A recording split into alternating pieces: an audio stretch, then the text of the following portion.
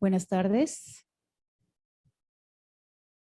Estimadas ponentes, estimados ponentes, bienvenidos y bienvenidas a la 10ª edición de la Fiesta de las Ciencias y las Humanidades de la UNAM. En esta ocasión está dedicada a la ciencia en el deporte, actividad que promueve la igualdad, la no discriminación, la prevención y la erradicación de la violencia por cuestiones de género. Y les pregunto también a ti, Ileana, que estás en el chat, ¿están de acuerdo en que esta plática se grabe y cedan los derechos de su imagen para la reproducción del material audiovisual que la DGDC y la UNAM consideren? Sí. Muy bien, muchísimas gracias.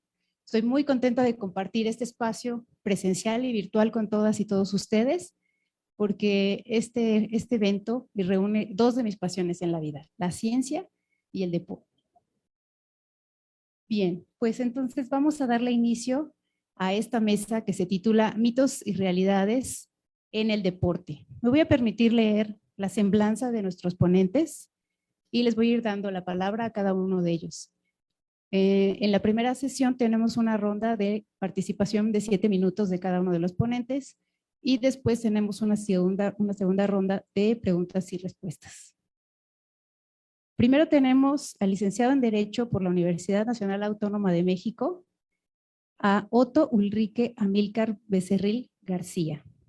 Él es también maestro en estudios de Asia y África con especialidad en Medio Oriente, profesor del Centro de Estudios del Deporte, donde se ha especializado en temas relacionados con la ciencia y la sociología del deporte.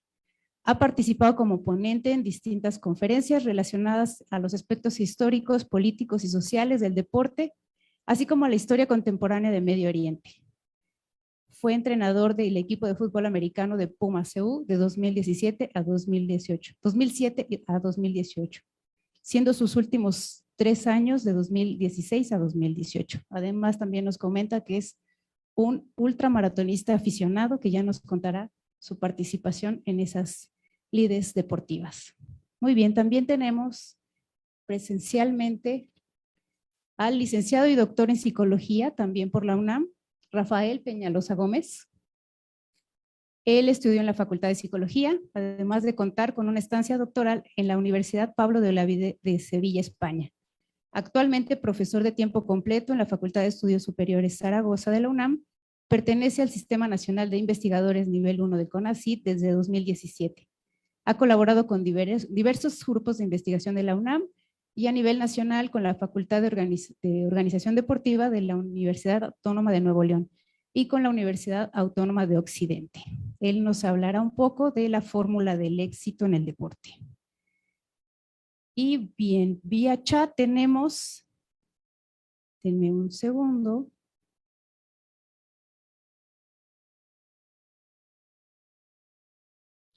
Tenemos a la licenciada en fisioterapia Irma Ileana Aguilar Cabello.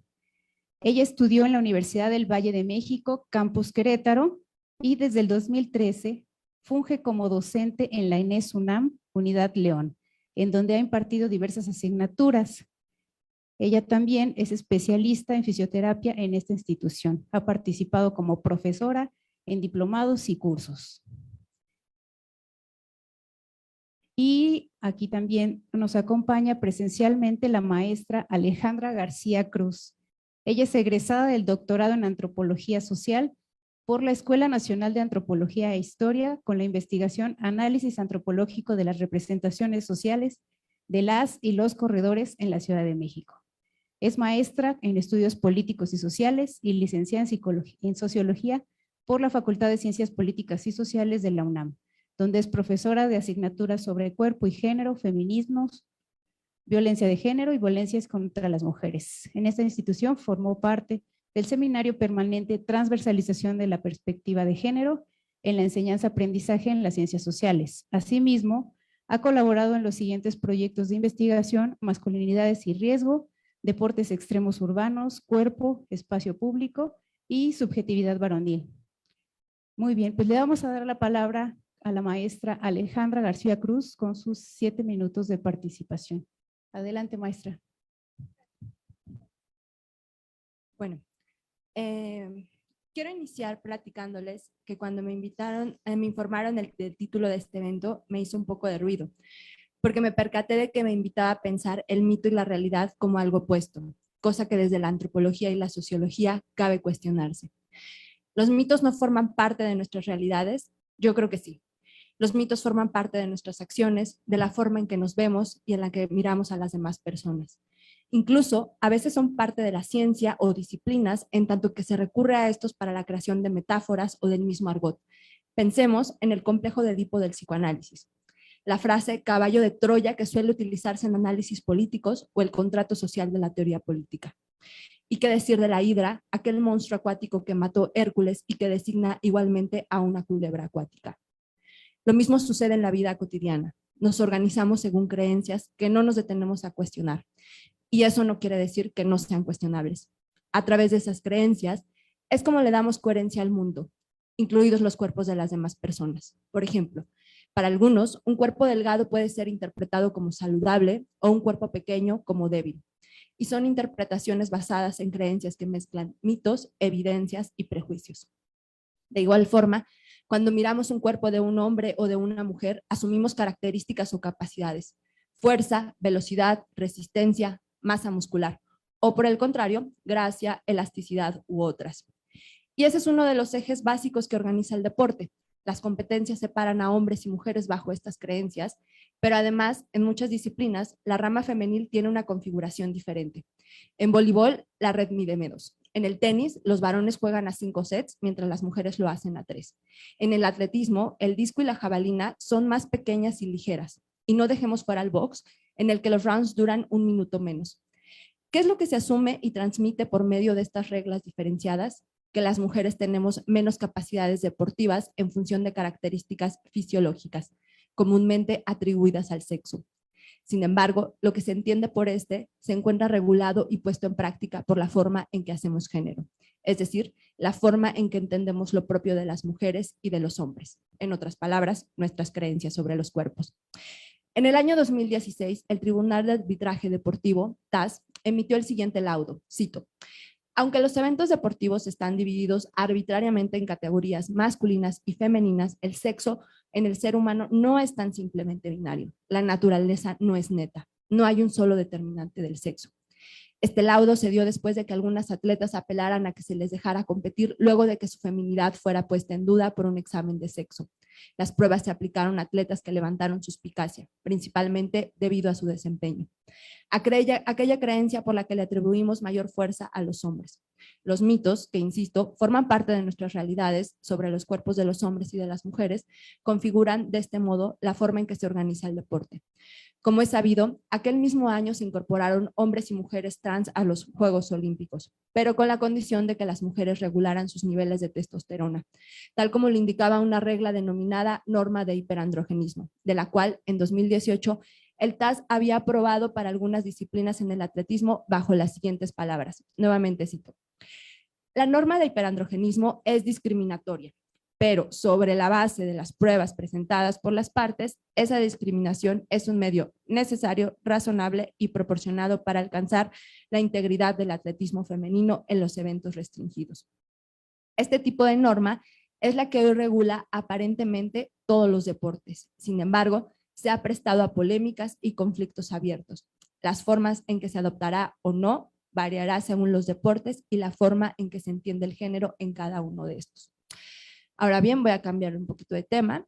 El segundo eje sobre el que hice mi reflexión es la carrera. Pareciera que no tiene nada que ver con lo primero, pero les pido paciencia para la segunda intervención. Casi estoy segura de que todos y todas aquí estamos familiarizadas con la práctica de correr, ahora también conocida como running. Si no es de forma inmediata, conocemos a alguien que lo hace o lo ha hecho. Y si no es así, han escuchado frases como, uy, la reunión fue maratónica. De igual manera, solemos referirnos a los estudios universitarios como carreras. Y también usamos frases como voy hacia la recta final cuando estamos a punto de terminar alguna actividad importante. Lo que estoy tratando de comunicarles con estas frases es que en nuestras acciones constantemente evocamos la práctica de correr. A través de estos ejemplos, quiero, si no convencerles, si por lo menos invitarles a leer mi investigación en la que, por cierto, estoy hacia la recta final sobre corporeidad y running. Ahí expongo la hipótesis de que a través de las carreras representamos algunas de las creencias que en realidad yo les denomino representaciones que configuran nuestra cultura. Y las representaciones sobre las que reflexiono son las maneras que concebimos el tiempo. Si este nos significa, por ejemplo, un día precioso, si es algo cuantificable, si es lineal o cíclico o algo que podemos fragmentar. En fin, hago una tipología de las formas en que entendemos el tiempo.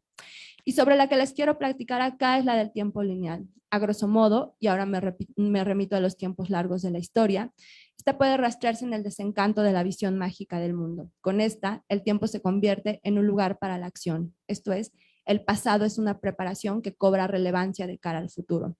Lo cual se consolidó con la emergencia del capitalismo, pues debe mucho de su desarrollo a la lógica de la producción industrial, en la que los procesos fragmentados en etapas se suceden linealmente hasta obtener un producto cuantificable. Bueno, pues considero que la carrera es una representación de esas y otras formas de entender el tiempo. No es casual que aporte un gran vocabulario en nuestra vida. Incluso quienes corremos, a veces comparamos nuestras acciones con algún evento deportivo. El tiempo lineal en nuestra carrera lo representamos con nuestro cuerpo midiendo nuestros logros, las distancias que somos capaces de hacer, los progresos, siempre para recorrer más distancias en un tiempo menor, y no sobra mencionar que el reloj siempre es un referente. Lo que propongo en estos pocos minutos es que a través de una práctica corporal representamos una concepción del tiempo que ha dado origen a creencias como la del tiempo lineal y no, por ejemplo, algo fragmentado o algo cíclico, y que no para y que cobra relevancia de cara a una noción de que siempre aspiramos a progresar en nuestras carreras. No sé si tengo tiempo aún de leer un poema. Les quiero leer un poema de Blanca Varela. El título es Curriculum Vitae y dice: digamos que ganaste la carrera y que el premio era otra carrera, que no bebiste el vino de la victoria, sino tu propia sal, que jamás escuchaste vítores, sino ladridos de perros, y que tu sombra, tu propia sombra, fue tu única y desleal competidora. Con esto cierro y después. Muchas gracias, maestra. Le damos la palabra a el doctor Rafael Peñalosa Gómez. Bienvenido, doctor. Muchas gracias y gracias por este recibimiento aquí en el Universum.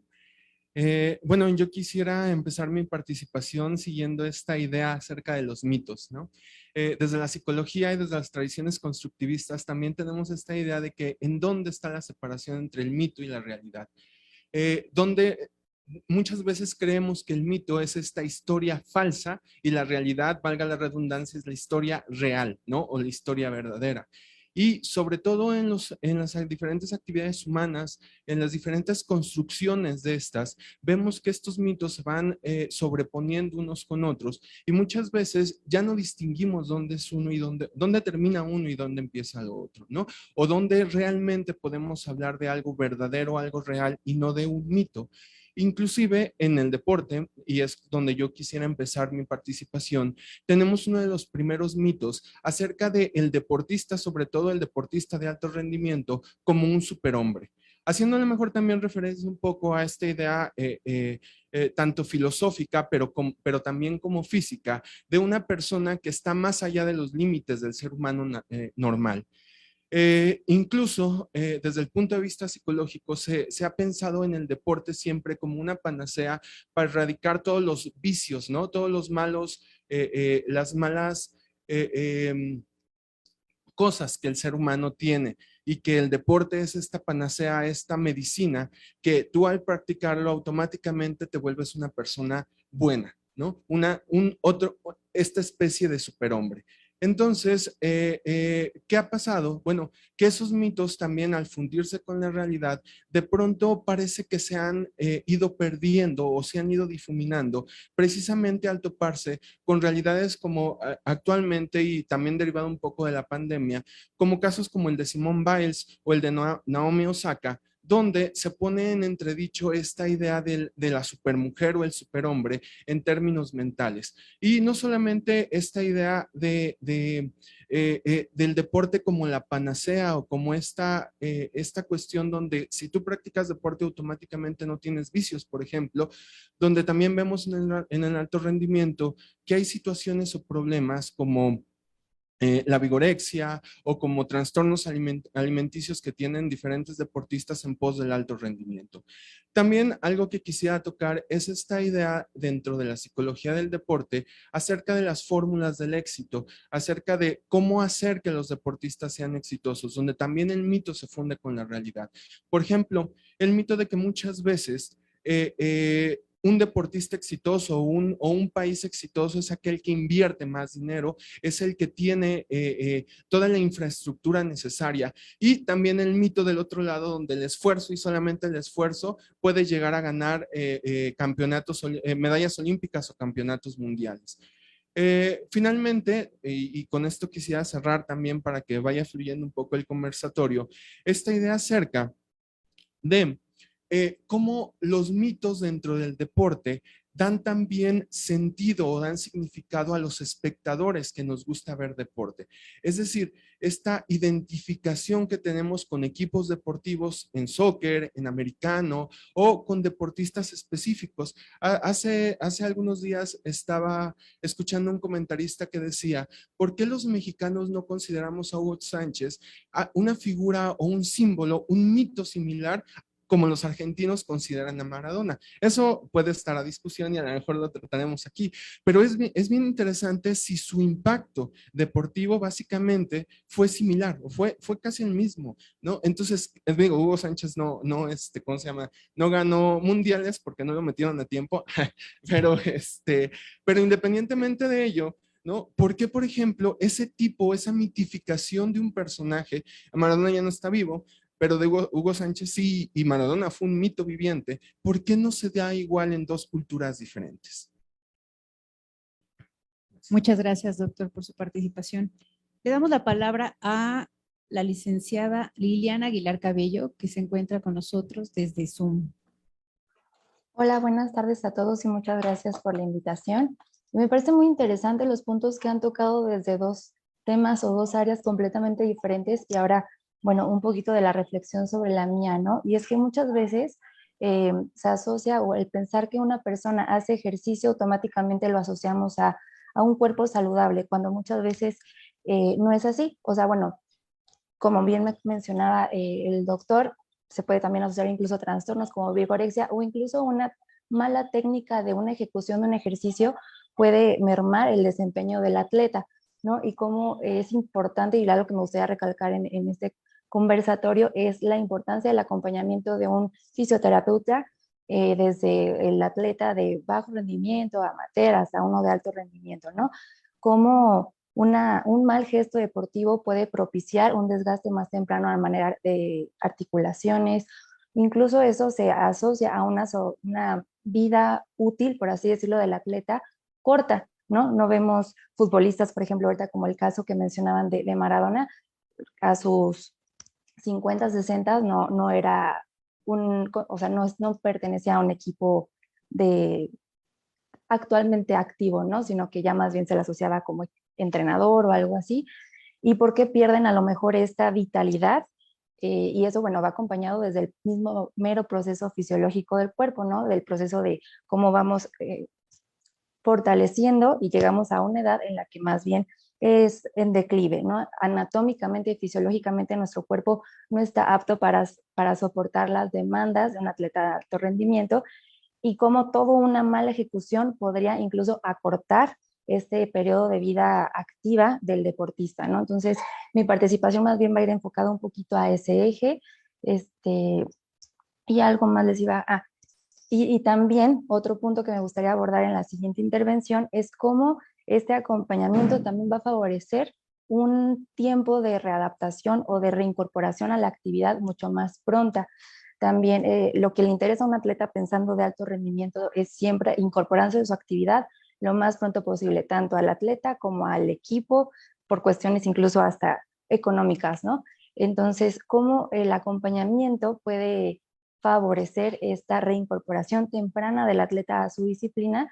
Y bueno, también hablaré de otros mitos como más sencillitos, no aplicado al atleta de alto rendimiento, pero que de igual manera para simplemente la persona que quiere iniciar a hacer ejercicio es importante que lo conozca, debido a que hay ocasiones en las que por este miedo al pensar de una disciplina rigurosa o que tendrían que empezar a lo mejor con una rutina muy vigorosa, cuando simplemente se pueden empezar con cosas mucho más sencillas, que primero va a proteger a su cuerpo, segundo puede empezar a crear hábitos de hacer un ejercicio. Entonces, mi segunda intervención irá enfocada a un poquito de hablar de estos mitos coloquiales que a lo mejor hemos escuchado, no se les ha prestado como la atención para desmentirlos o confirmarlos en su defecto, pero eso será. Muchas gracias.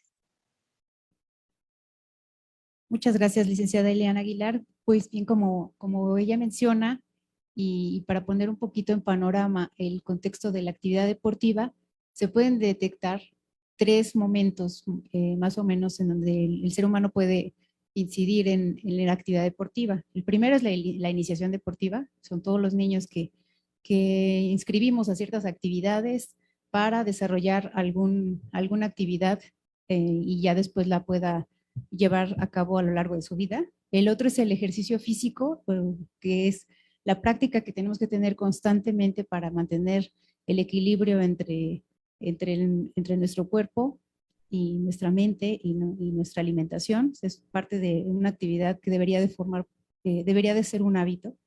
Y el alto rendimiento, como bien menciona la licenciada Ileana. Y bueno, en la siguiente ronda vamos a tener ahí también una serie de preguntas respecto a estos 3 fases.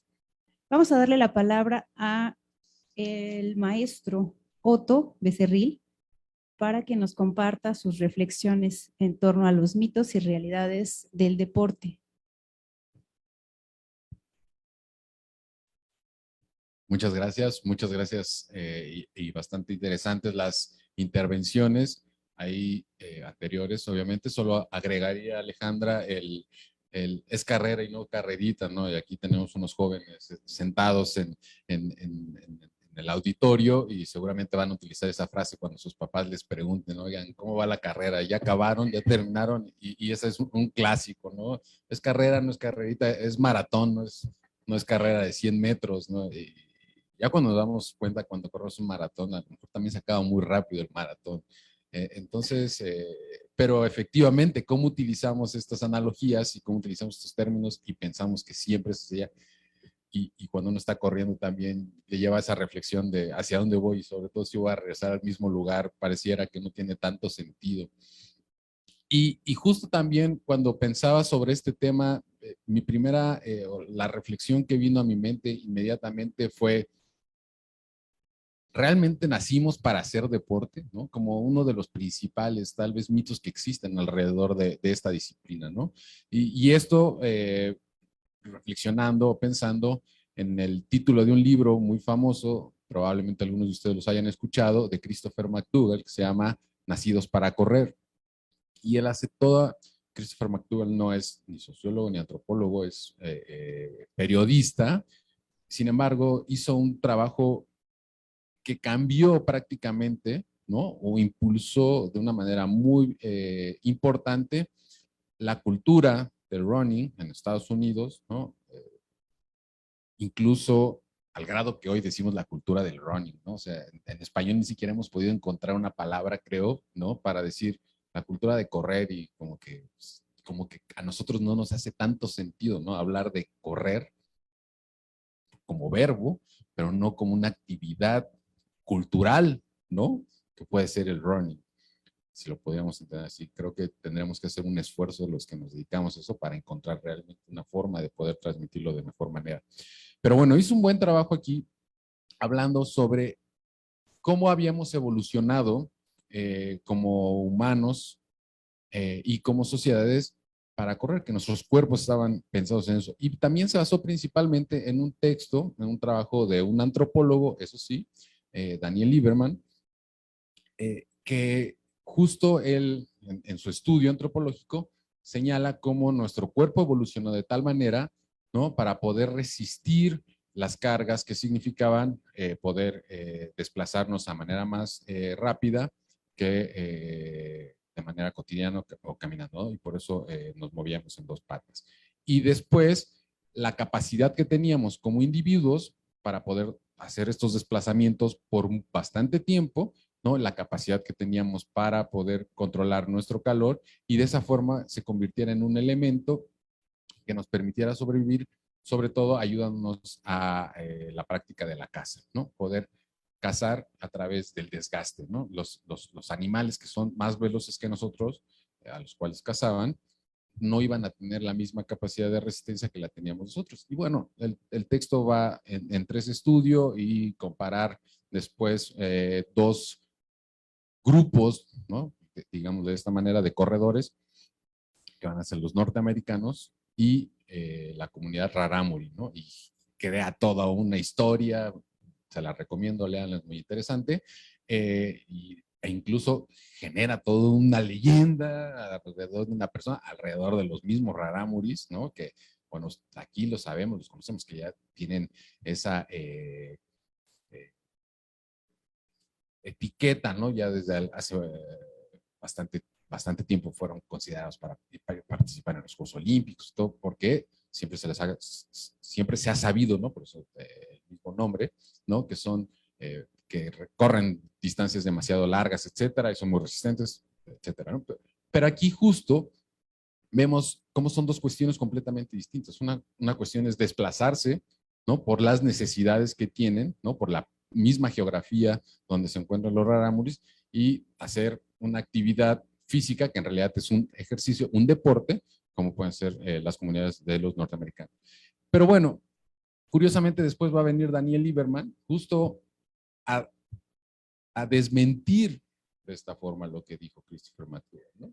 Le va a decir, no, en realidad no nacimos para correr o no nacimos para hacer deporte principalmente. Y esto es importante porque hoy en día, ¿no? Esta estigmatización hacia no realizar actividades físicas es muy alta. Hoy nos juzgan en todo momento por qué no hacemos ejercicio, ¿no? ¿Por qué estamos gordos? O por qué somos unos flojos, ¿no? Es lo primero que nos van a identificar. Y Daniel Lieberman, en su texto,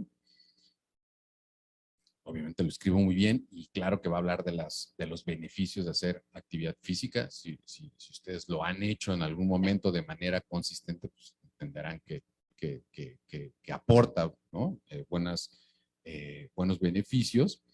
Pero en realidad como humanos, ¿no? Y han visto desde el punto analizado desde la antropología, pues no evolucionamos para ser deportistas o para hacer ejercicio propiamente, sino todo lo contrario. Evolucionamos para poder administrar, cuidar y conservar la poca energía que teníamos. Es apenas en el último siglo, siglo y medio probablemente, donde ha habido esta abundancia de recursos energéticos, ¿no? Que nos han obligado a pensar de otra manera la forma de relacionarnos con nuestro cuerpo, con nuestras actividades físicas. Hace 100 años, nadie pensaba en estirar un brazo y sacar un refresco de algún lugar, pues, ¿no? O el alimento mismo, ¿no?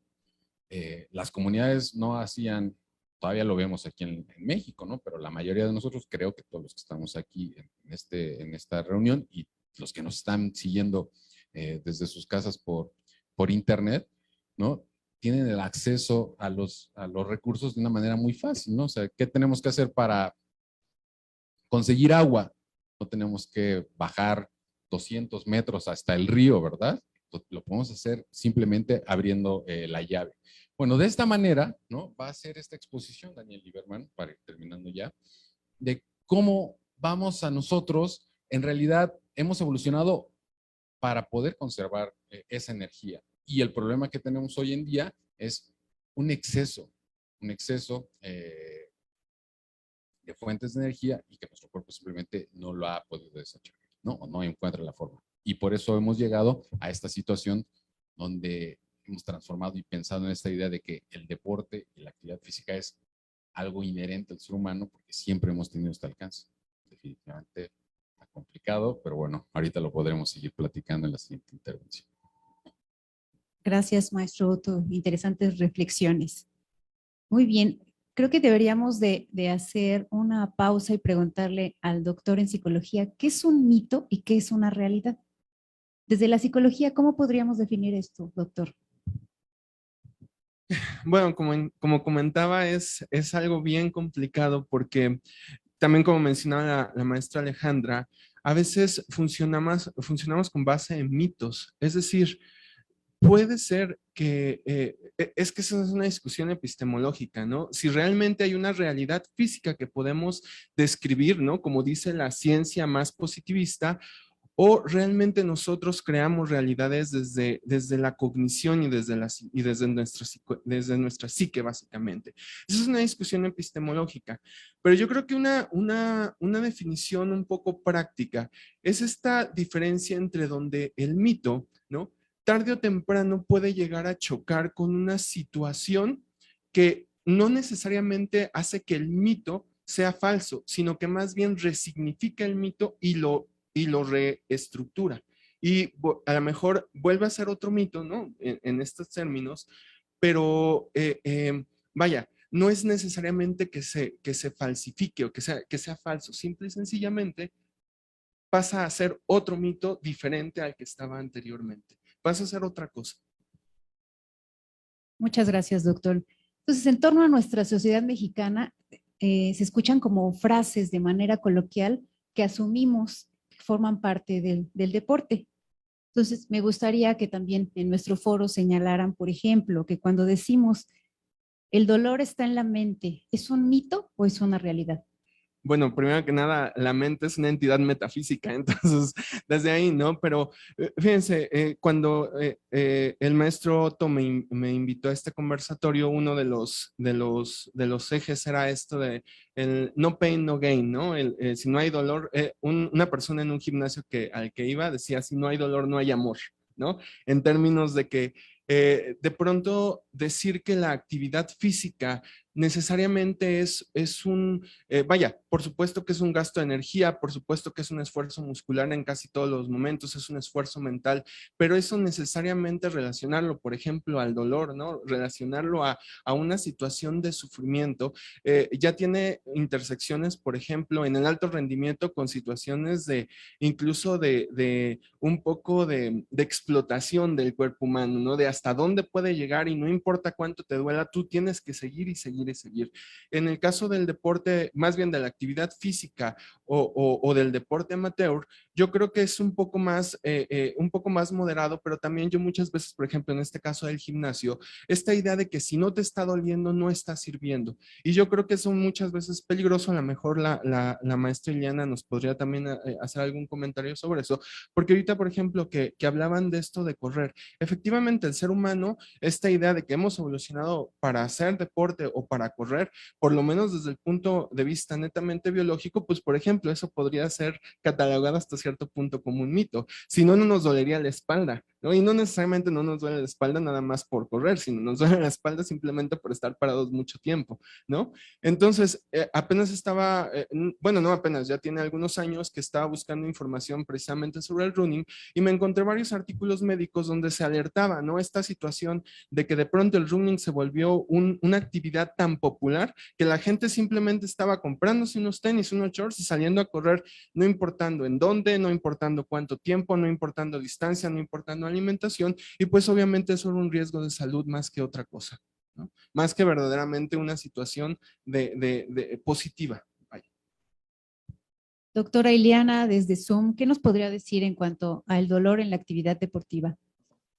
Yo coincido completamente con el doctor, creo que siempre el dolor va a ser un signo de alarma, ¿no? Un signo de alarma de que algo no está bien. Eso de no pain, no gain, sí es muy escuchado y la realidad es que yo creo que sí cae totalmente en la falsedad porque a nivel, o sea, ya histológico, bueno, tenemos receptores que precisamente son receptores exclusivamente que nos indican dolor. Entonces, cuando estos receptores se activan, quiere decir que está habiendo un estrés en el tejido, ¿no? Llámese músculo, llámese ligamentos, estamos a lo mejor llevando a una posición de estrés máximo que a lo mejor ya el tejido no puede soportar y es cuando llevan al tejido a lesionarse. Cuando tenemos una rotura de un ligamento, pues será un esguince. Cuando tenemos una rotura de alguna fibra muscular, pues será un desgarre o una rotura de un hueso, pues ya se llamará fractura. pero en sí todo parte de una sensación dolorosa. Y esta sensación dolorosa es la que tenemos que tener siempre al pendiente, y más si nuestro deportista es el que nos lo refiere, ¿no?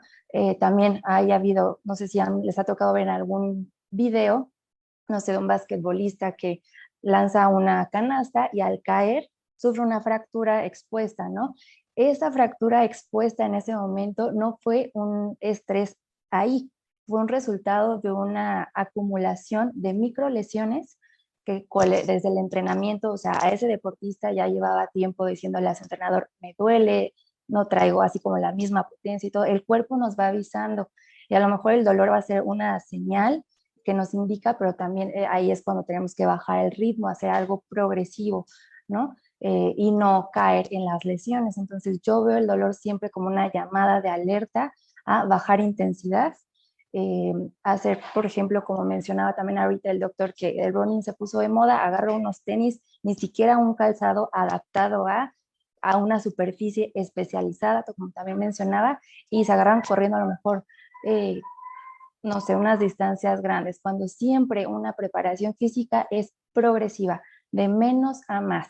Hoy corro 10 metros, mañana 20, pasado mañana 30, o sea, a lo mejor estoy exagerando en cuanto a la dosificación de las distancias, pero el hecho es que sí tiene que ser algo totalmente gradual.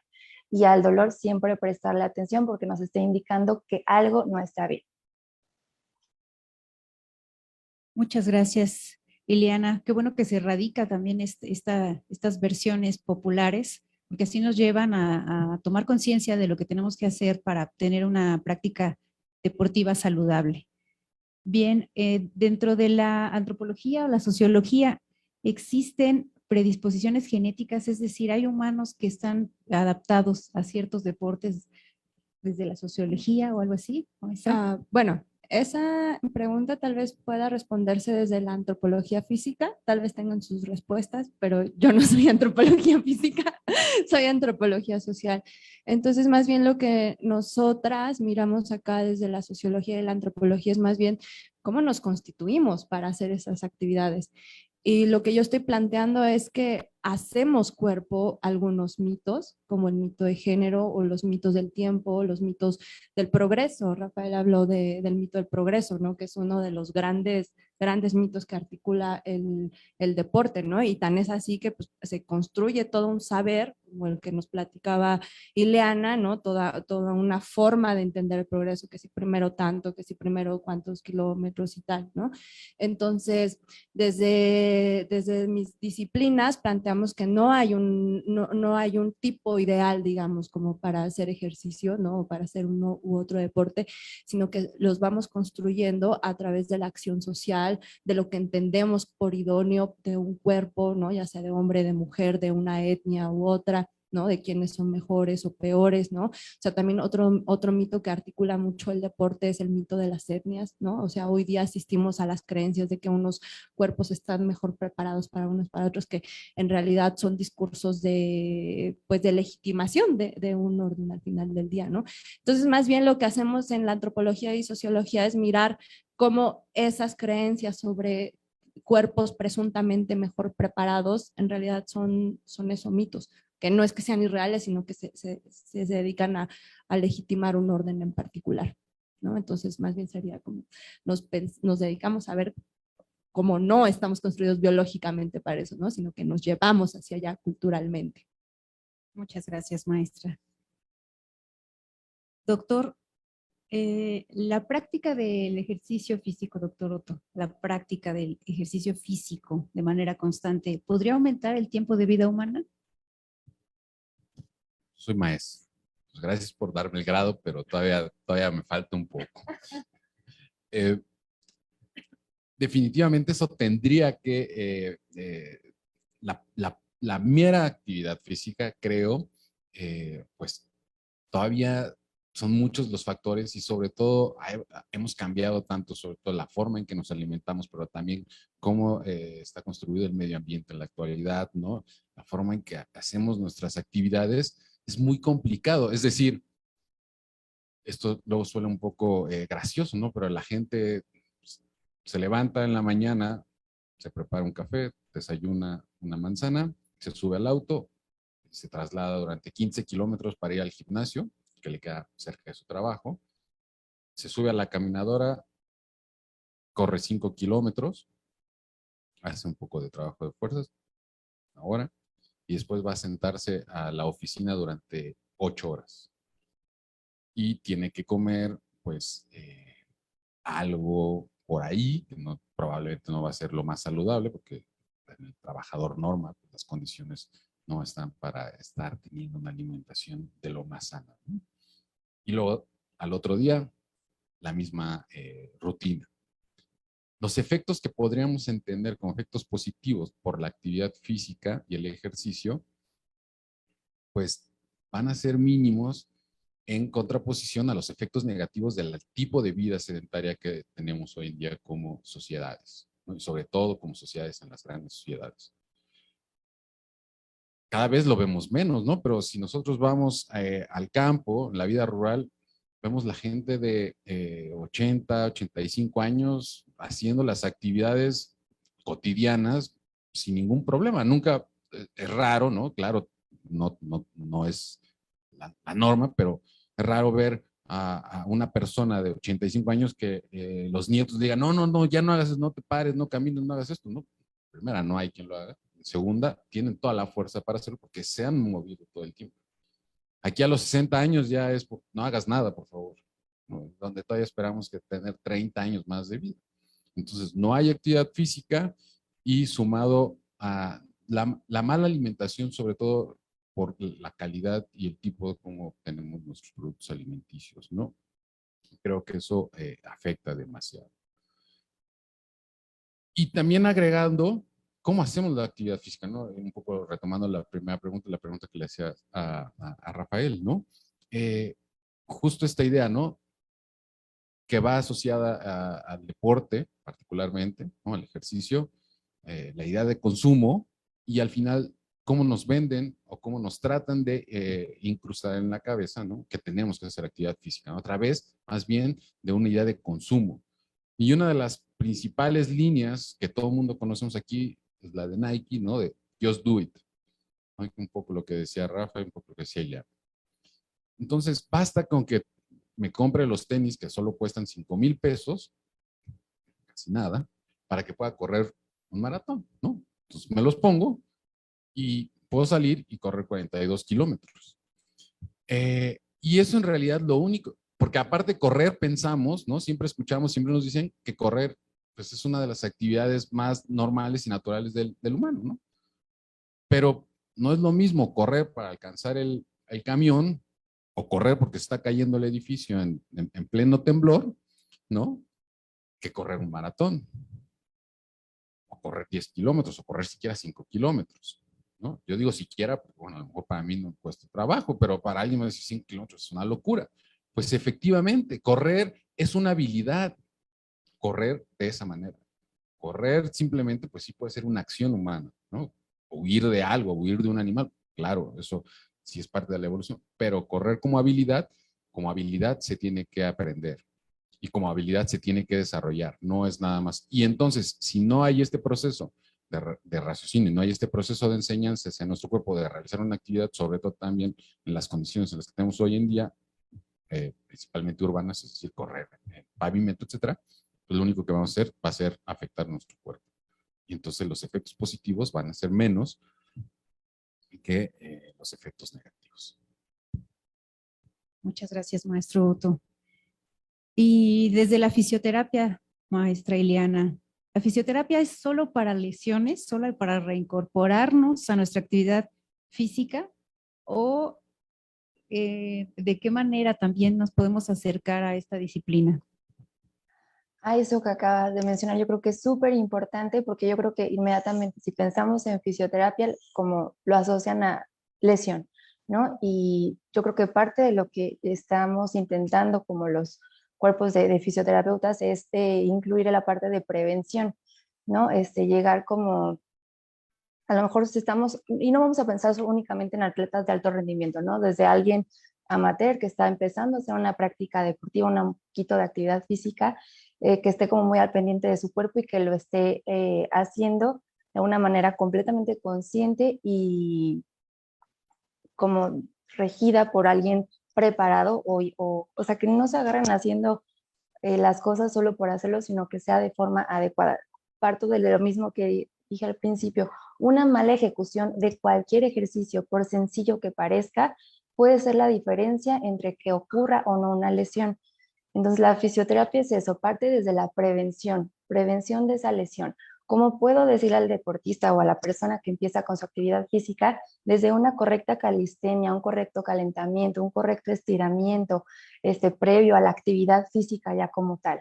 Posteriormente, en la actividad física, pues ver el tipo de actividad y la correcta ejecución de la misma para precisamente, y bueno, posterior a la misma actividad física, nuevamente un proceso de descenso de todo este ritmo que se aceleró, el metabolismo se aceleró para abastecer a los músculos, el mismo corazón y todo de estos nutrientes que necesitan para poder realizar la actividad, como empezar a bajar niveles, ya que se bajaron, regresar como a la normalidad, nuevamente ejercicios o estiramiento, perdón, y hacer como todo este proceso con todas estas escenas, por así, bueno, yo veo como el deporte como una obra, ¿no?, de teatro, en los que tiene actos y los actos, pues desde la inicial hasta el final, tiene que tener como esta secuencia, ¿no?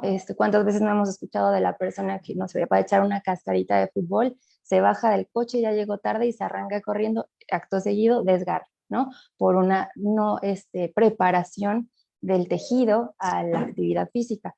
Entonces, yo considero que la fisioterapia no debe de verse únicamente cuando aparece la lesión, debe verse desde el principio como prevención de la lesión. Si ya existe, obviamente la intervención es básica para... no podemos como tal acelerar procesos fisiológicos. Por ejemplo, una fractura, una pérdida de la continuidad ósea, tarda en 8 semanas considerando un hueso sano, ¿no? Si a este hueso le añadimos, no sé, comorbilidades como una diabetes o incluso un tabaquismo crónico, pueden ser factores que atrasen este proceso de que pegue el hueso, por así decirlo. Eso no lo vamos a poder acelerar ni con fisioterapia ni con nada. Simplemente respetar los tiempos de cicatrización del tejido. En el caso de hueso, las 6 a 8 semanas. En caso de un, no sé, músculo, vamos a pensar que 21 días son los que se sugieren. Y posterior a ese, ahora la readaptación del gesto.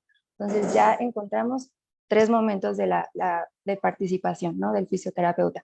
Preventivo, durante la lesión, y la readaptación al gesto deportivo. No es solamente ya estás curado, ya puedes salir corriendo nuevamente, bueno, hacer tu práctica como lo hacías antes de lesionarse.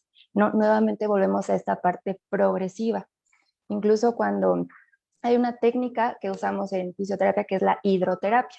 Y la hidroterapia tomó mucha como fuerza cuando fueron los Juegos Olímpicos en Estados Unidos, y precisamente porque vieron que el deportista que se lesionaba no podían exigir lo mismo que previo a lesionarse, pero podía empezar una readaptación a su rutina con un trabajo en tanque terapéutico. Inclusive vieron menos tiempo de recuperación, una reincorporación mucho más veloz y hasta a veces resultados mejores, y ya lo han empezado a adquirir incluso como parte de los entrenamientos deportivos, rutinas en hidroterapia. Entonces, bueno, contestando como la pregunta, la intervención yo creo que sería desde el momento preventivo, durante la lesión y posterior ya para la readaptación al ejercicio, y luego de ahí volveríamos al momento de prevención. Sería como un ciclo. Gracias. Bien, como hemos visto con los especialistas, la práctica deportiva implica un montón de áreas, ¿no? Toda la parte de prevención, de entrenamiento, de adquirir estabilidad, de poder extenderla y alargar nuestra vida deportiva. Vamos a pasar a la ronda de preguntas. Hay varias preguntas en el chat y tenemos 10 minutos para cerrar. Una de las preguntas: ¿el tiempo que debes hacer ejercicio depende de tu estatura, peso, o no debe de ser la misma para cada persona sin importar eso? Pues bueno, más bien va a depender definitivamente de la actividad física que esté realizando, va a depender del desarrollo que lleve como deportista, ¿no? No va a ser lo mismo un adolescente de 10 años que, vamos a pensar en el fútbol americano, un adolescente de 15 años que apenas acaba de acercarse por primera vez, llega al campo y y le pregunta al entrenador, yo quiero jugar fútbol americano, muy bien, no va a ser la misma actividad física que el chico que viene entrenado desde los 5 años, ¿no? Entonces, definitivamente va a obedecer a diversos factores y claro, sí es la responsabilidad del entrenador o de la persona responsable de llevar el entrenamiento de esta persona que conozca las condiciones, ¿no? Lo mismo lo acaba de señalar un poco Ileana, no será lo mismo alguien que acaba de salir de una lesión o de una enfermedad grave y quiere empezar a hacer actividad física para mejorar sus condiciones de salud y de vida, a alguien que ha hecho ejercicio toda la vida, ¿no? Entonces va a ser definitivamente personalizado. Las recetas generales, pues no es la mejor solución. Gracias, maestro Otto. Otra pregunta, si no sudas al hacer ejercicio, ¿es porque no funciona o no lo estás haciendo bien? ¿Es un mito o es una realidad? ¿Me podría yo contestar? Ok. El sudor como tal es un mecanismo fisiológico de disipación del calor, ¿no? Tanto que muchas veces que ni siquiera estamos haciendo ejercicio y estamos sudando. Una situación de estrés que aumenta nuestro metabolismo, por ejemplo, incluso cuando hace frío se genera movimiento intercelular, que este movimiento lo que genera es calor para que el cuerpo siempre se mantenga una temperatura estable. Cuando este cuerpo tiende a calentarse más, lo primero que va a hacer el cuerpo es intentar regularlo. Este centro regulador de la temperatura se encuentra en el hipotálamo. Entonces, ¿qué va a hacer? Cuando yo tengo calor, lo primero que va a hacer el cuerpo es como intentar enfriar. Y por eso es el mecanismo del sudor. Entonces, uno tiene que ver, el simple hecho de la sudoración no tiene que ver con el hacer o no un ejercicio. No, simplemente es un mecanismo del cuerpo de termorregulación. Otra es incluso cuestiones metabólicas. Hay personas que sufren de algo que se llama hiperhidrosis, que eso quiere decir que sudan mucho, ¿no? Palmas de las manos o personas que luego incluso pueden ensuciar sus mangas. Y eso es meramente también metabólico, no tiene nada que ver a la cuestión del ejercicio. También es falso creer que entre más sudas, más efectivo es el ejercicio. Es totalmente falso. Finalmente, lo que se pierde, lo que se evapora mediante la sudoración es agua y el componente principal del cuerpo precisamente es agua. Entonces no es un cuerpo que vaya a estar más delgado, más bien está deshidratado. Entonces lo primero que debe hacer el deportista que tuvo una sudoración excesiva por una actividad ya sea moderada, intensa, es esta rehidratación, ¿no? Por eso es importante siempre estas pausas, incluso en las disciplinas, maratones o estos puntos en donde les dan agua para tener esta hidratación y no perder, no deshidratar al cuerpo porque puede llegar a niveles incluso muy peligrosos que pueden empezar a tener otros daños más metabólicos que incluso ya pueden llegar hasta un desmayo, incluso convulsiones, ya en casos como más graves, ¿no? Pero bueno, eso es como contestando un poquito este mito de que entre más sudo mejores, no. Muchas gracias, Ileana. ¿Aquí en el foro hay preguntas? ¿Alguna duda que le quieran plantear a los expertos? ¿No? Bien, bueno, continuamos con otra pregunta en el chat. ¿Cuál es el horario ideal para la práctica deportiva? Ya que he escuchado que algunos dicen que en las mañanas es mejor, otros dicen que en la noche. Obviamente por cuestiones de trabajo, escuela, todos practican en el horario que pueden. ¿Ustedes qué dicen?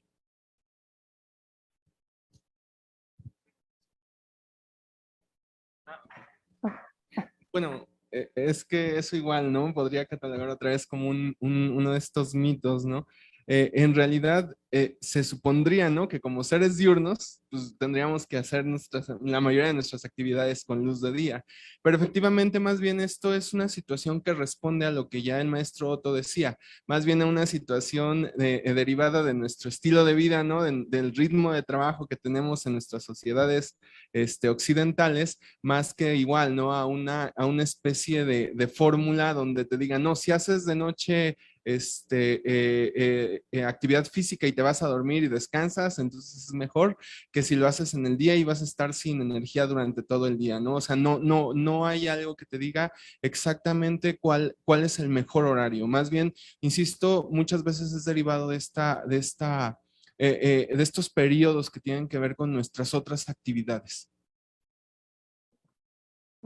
Quisiera aprovechar esta pregunta del horario, a qué hora es mejor hacer ejercicio y la anterior de cuánto tiempo tenemos que hacer ejercicios y tal, ¿no?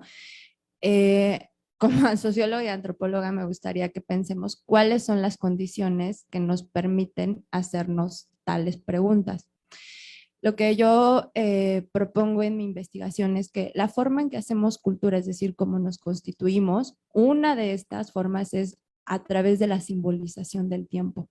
Esta forma en que entendemos el tiempo como algo cuantificable, ¿no? Como algo lineal, que nacemos, crecemos, envejecemos y morimos, pues en realidad es muy propia, justamente como lo señala Rafael, muy propia de Occidente. No todos los lugares se piensa de ese modo, ¿no? Y una de las formas que constituyen la cultura occidental es esa, la del tiempo lineal, que nos permite preguntarnos eso, ¿cuánto tiempo? ¿No? O sea, 1, 2, 3, díganme las fórmulas, ¿no? Y la otra forma, son varias formas que entendemos el tiempo, pero otra es el tiempo como algo que se puede contabilizar, que nos ordena, que nos prepara para la acción social, que nos permite sincronizarnos, ¿no? Y esto quiero platicarles que viene desde hace mucho, nos tomó como sociedades mucho tiempo y empieza en los tiempos de los conventos benedictinos, en donde comienzan como a ordenarse de, a tal hora vamos a hacer tal, a tal hora vamos a hacer tal, a tal hora vamos a hacer esto que nos congrega, ¿no? Entonces, es muy interesante porque a partir del deporte nos estamos ordenando y recreamos esa forma de entender la vida, ¿no? A través de tiempo. Y eso es lo que quería también plantearles al principio, a través de la carrera, de nuestras prácticas deportivas, de nuestros entrenamientos, de, a tal hora voy a correr, a tal hora me toca estirar, a tal hora voy a cenar para tener un mejor rendimiento. Echamos a andar todo un aparato cultural que nos hace como sociedad, nos crea como grupo y a través de nos permite identificarnos. Y es así que es posible preguntas como la que vemos en el chat y que a todos nos compete, que decimos, ya sé a qué se refiere, si no, no tendría como, ¿por qué pregunta esto? O sea, obvio, no importa, ¿no? Qué sé yo. Entonces, pues quería hacer esa intervención. Muchas gracias, Alejandra. Gracias, Ileana, en el Zoom. Gracias, doctor Rafael. Gracias, maestro Otto. Gracias, maestra Alejandra. Ha sido un encanto compartir estas ideas en esta mesa. Sé que se quedan en la mesa muchísimas reflexiones en torno a la práctica deportiva, pero bueno, esta fiesta tiene esa intención de promover la actividad deportiva, de promover la parte de la cultura científica. Entonces, los invitamos a que sigan disfrutando de las actividades de la Fiesta de las Ciencias y las Humanidades. Todavía tenemos varias actividades para sábado y cerramos con la carrera en domingo. Muchas gracias por su asistencia. Gracias también a los que nos siguen por redes sociales. Hasta pronto.